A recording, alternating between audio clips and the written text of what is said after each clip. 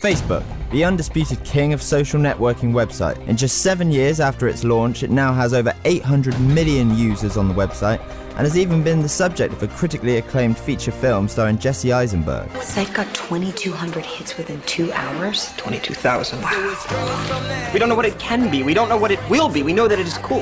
This is our thing. You made the Facebook. Wow. But why is the site so successful? And how has it become this social phenomenon? And what are the potential consequences we face of a world dominated by Facebook? In order to get a better understanding, I went and spoke to you, the public, to see what you had to say. I use Facebook. I go on there every day. I do use Facebook, yes, about 2 or 3 times a day, and I do think it's good. Yeah, I do use Facebook. I mainly use it on my phone. I probably use it about 3 times a day.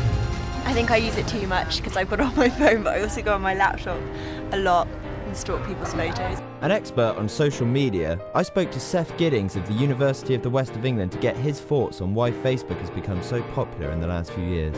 So you'd have to think about the kind of range of people who use it. So I think it gets used by different people in different ways.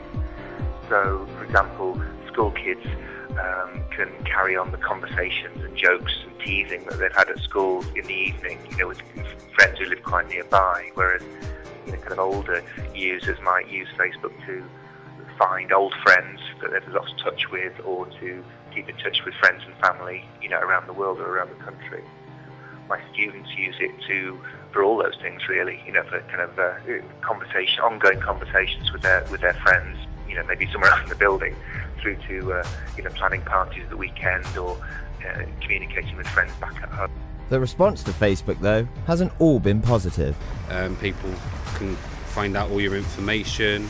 They can also hack into your account and send you nasty emails. I potentially think it's bad because you end up knowing too much about people that you probably shouldn't. It's made people become privacy invaders. I don't think it's a good idea because you drag up the past and it gets you into a lot of trouble. I've known a lot of people get into trouble with it. Seth gave his thoughts on the privacy issue. The other issue, I guess, for adults would be the very thorny question of privacy, and this is something that's been talked about a lot in the news.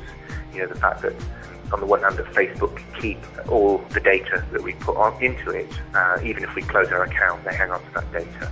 And on the other hand, there are questions then of people fully understanding the public nature of Facebook and the different settings where inadvertently comment that they think is just being sent to their close friends could end up being public knowledge. And I know there are people, there are sort of advice that can be given, particularly for younger people, to think about how the kind of material they put on social networks that might influence, or might still be there in years' time, that could be potentially accessed by, say, an interview panel if they were going for a job. They might find some kind of drunken encounter. So has the rise of Facebook been a good or a bad thing?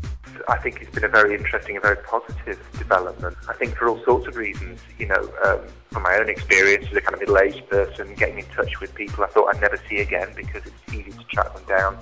I can keep in touch with my students, we can share ideas informally. Any kind of form of human communication, there's going to be, problems. And the way it's been used, for example, in social and political activism, I think is very interesting and generally very positive. Could we live in a world then without Facebook? I think it's a waste of time. I think it gets people in trouble. I think it's a brilliant idea. I definitely could live without it. If I had to live without Facebook, I think I would kill myself. Like anything then, Facebook has its fans and its critics, and its positives and its negatives. But at the end of the day, Facebook has not influenced our ability to make the choice of loving it or leaving it.